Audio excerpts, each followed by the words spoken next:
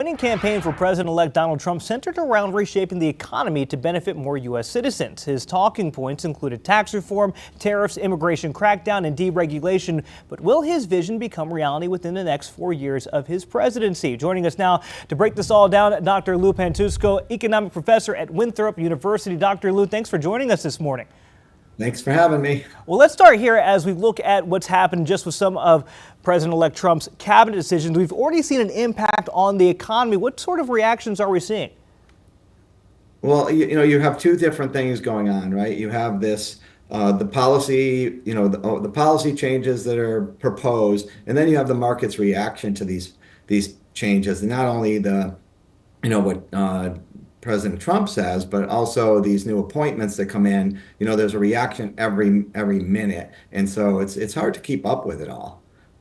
It is. I mean, it's moving at a rapid pace. We know he's taking a break today, but do want to talk about some of the sectors that you've seen respond positively, because yes, some have shifted in the red, some though are reacting very positively to what the president-elect has done. What sectors have we seen respond positively to some of these decisions?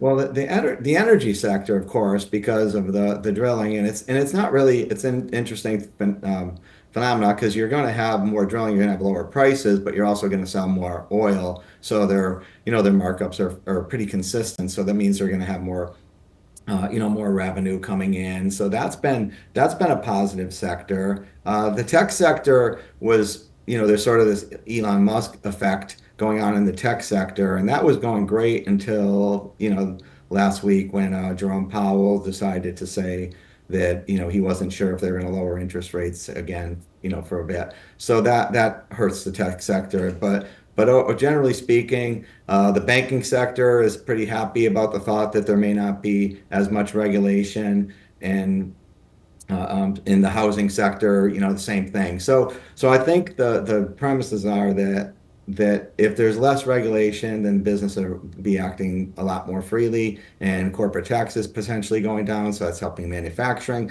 So a lot of sectors have really benefited from the talk so far. Okay, so speaking of manufacturing, there we know one of the big things is the tariffs on China, right? One we'll talk about was, is it feasible, but what could that impact be on the economy there, if Trump gets his way and everything works with his tariff plan? Yeah, so in my class a few years ago, when Trump was in office, we looked at we kind of broke it down and looked at how much it would actually impact the price of a car. And then you think, okay, well, and just for steel, for instance, at that time was what they were putting a really high tariff on. And it had very little impact. It was maybe a couple $100 increase in cost per automobile, just because of this, you look at the percentage of steel that's imported and the percent used in an automobile. So it's really kind of individual. You're going to have to look at each specific product to see how the tariffs will impact the prices of the goods, because that's really what it comes down to, is how is it going to impact us as consumers. And the estimates are that it'll be maybe $1,200 per year per family, I think, is one of the estimates I saw. But overall, there's other competition, and what President Trump's hoping for. So not all goods are imported from China, mm-hmm. Right? So, and what President Trump is hoping for is that some of these goods will be produced here, and that'll be better for our economy here. Dr. Lou, here's the bottom line. A lot of Americans are wondering, though, if Trump gets his way and the policies work, will I have more money? Will my wallet be a little bit fatter? Is it simple enough, or is it too simplistic to break it down simply to say Trump controls all with the economy? Because it's probably not that simple. But what do you say? Will a Trump economy be better for Americans? Well, there's the way that he's looking at it is that he's going to reduce the size of the government. We spend $6.2 trillion on federal government.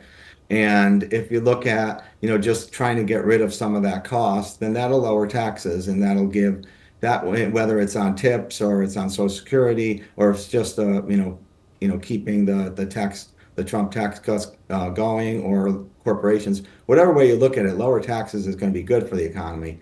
The additional spending, that's questionable.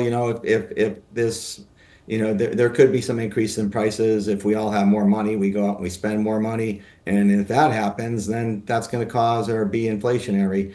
So it's always weighing, you never know if it's going to weigh one way or the other, but the proposals make sense, but you have to look at both sides of each because every action has a reaction. So that's what we're looking at right now is we don't know how things are going to react, but we do know that what his plan is, which is good. I mean, that's clear that what he wants to do.